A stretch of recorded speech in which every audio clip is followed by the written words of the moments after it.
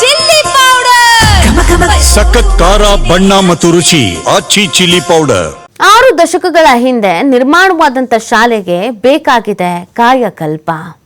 ಶಾಲೆಗಳ ಮಕ್ಕಳಿಗೆ ಶಿಕ್ಷಣಕ್ಕೆ ತೊಂದರೆ ಆಗ್ತಾ ಇದೆ. ಕೊಪ್ಪಳ ತಾಲೂಕಿನ ಬೆಟಗೇರಿಯ ಸರ್ಕಾರಿ ಪ್ರೌಢಶಾಲೆ ಕೊಠಡಿಗಳ ಕೊರತೆ ಜೊತೆಗೆ ಶಿಥಿಲಾವಸ್ಥೆಯನ್ನು ತಲುಪಿರುವಂತದ್ದು ಹಳೆ ಕಟ್ಟಡಗಳು.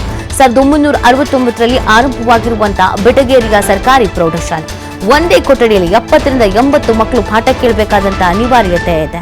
4ರಿಂದ 5 ಕೊಠಡಿಯಲ್ಲಿ ಜಾಗ ಇಲ್ಲದೆ ವಿದ್ಯಾರ್ಥಿಗಳು ಪರದಾಡ್ತಾ ಇದ್ದಾರೆ. ಬೆಟಗೇರಿ ಶಾಲೆಯಲ್ಲಿ 290ಕ್ಕೂ ಹೆಚ್ಚಿನ ವಿದ್ಯಾರ್ಥಿಗಳು ವಿದ್ಯಾಭ್ಯಾಸ ಮಾಡ್ತಾ ಇದ್ದಾರೆ. ಶಾಲೆಯಲ್ಲಿ ಹೊಸ ಕೊಠಡಿಗಳ ನಿರ್ಮಾಣಕ್ಕೆ ಗ್ರಾಮಸ್ಥರು ಇದೀಗ ಆಗ್ರಹಿಸ್ತಾ ಇರೋದು. ಅಲ್ಲಿನ ದೃಶ್ಯ ನೋಡಿದ್ರೆ ನಿಮಗೆ ಗೊತ್ತಾಗುತ್ತೆ ಎಂತ ಒಂದು ಪರಿಸ್ಥಿತಿಯಲ್ಲಿ ಮಕ್ಕಳು ಪಾಠ ಕೇಳಬೇಕಾದಂತ ಸ್ಥಿತಿ ಇದೆ ಅಂತ. ಶಿಥಿಲಾವಸ್ಥೆ ತಲುಪಿದೆ ಪಾಪ. ಆದ್ರೂ ಕೂಡ ಅಲ್ಲೇ ಮಕ್ಕಳು ಪಾಠ ಕೇಳುವಂತ ಅನಿವಾರ್ಯ ಪರಿಸ್ಥಿತಿ ನಿರ್ಮಾಣ ಆಗಿರೋದು. ಒಂದೇ ಕೊಠಡಿ, ಅದರಲ್ಲಿ 70ರಿಂದ 80 ಮಕ್ಕಳು ಇದ್ದಾರೆ ಅಂದರೆ ಪಾಪ ಅವರಿಗೆ ಯಾವ ಕ್ವಾಲಿಟಿಯ ಎಜುಕೇಷನ್ ಸಿಗ್ತಾ ಇದೆ ಅನ್ನೋದು ನೋಡಬೇಕಾಗತ್ತೆ. 6 ದಶಕದ ಶಾಲೆಗೆ ಕಾಯಕಲ್ಪ ಬೇಕು, ಮನಸ್ಸು ಮಾಡಬೇಕು. ಯಾರಾದರೂ ದಾನಿಗಳು, ಸರ್ಕಾರವೋ, ಜನಪ್ರತಿನಿಧಿಗಳು ಗಮನ ಹರಿಸಿ ಇದ್ರ ಬಗ್ಗೆ. ಯಾಕಂದರೆ ಎಷ್ಟೋ ಮಕ್ಕಳು ಅಲ್ಲಿ ವಿದ್ಯಾಭ್ಯಾಸ ಪಡ್ಕೊಳ್ತಾ ಇದ್ದಾರೆ. 70ರಿಂದ 80 ಸ್ಟ್ರೆಂತ್ ಇದೆ ಅಂತಂದಾಗ ಎಷ್ಟೋ ಸರ್ಕಾರಿ ಶಾಲೆಗಳು ಬೀಗ ಹಾಕೊಂಡು ಹೋಗ್ತಾ ಇದೆ. ಅಂಥ ಸಂದರ್ಭದಲ್ಲಿ ಇಷ್ಟು ಮಕ್ಕಳು ಅಲ್ಲಿ ಪಾಠ ಕೇಳ್ತಾ ಇದ್ದಾರೆ ಅಂತಂದರೆ ಒಂದು ವ್ಯವಸ್ಥೆ ಬೇಕಲ್ವಾ?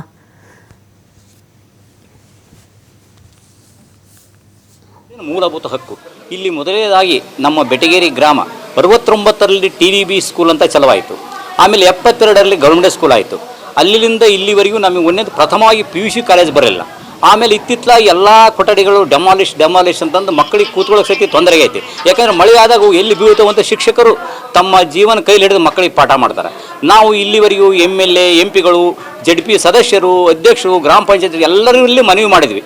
ಪಾಲಕರಾಯಿತು, ವಿದ್ಯಾರ್ಥಿಗಳ ಮುಖಾಂತರ ನಾವು ಎಷ್ಟೋ ಸಲ ಹೇಳಿಕೆ ಕೊಡಿಸಿದ್ವಿ. ಆದ್ರೆ ಇಲ್ಲಿವರೆಗೂ ನಮ್ಗೆ ಯಾವುದೇ ಒಂದು ಸೌಲಭ್ಯ ನಮ್ಮ ಗ್ರಾಮಕ್ಕೆ ಒಂದು ಕೊಠಡಿಗಳೂ ಬಂದಿಲ್ಲ, ಮಕ್ಕಳಿಗೆ ಬೆಂಚ್ ಇಲ್ಲ, ಆಮೇಲೆ ಸುತ್ತಲೂ ಕಂಪೌಂಡ್ ಇಲ್ಲ. ಯಾಕಂದರೆ ಸಾವಿರಾರು ಗಿಡಗಳನ್ನು ಪಂಚಾಯತಿಯವರು ಬರ್ತಾರೆ, ಹಚ್ತಾರ ಹೋಗ್ತಾರೆ. ಅವರು ಹಚ್ಚೋದು ದಷ್ಟ, ಅವರು ಈ ಕಡೆ ಹೊರಡೆ ನೋಡಾಗಿಲ್ಲ. ಯಾಕಂದರೆ ಕಂಪೌಂಡ್ ಇಲ್ಲ.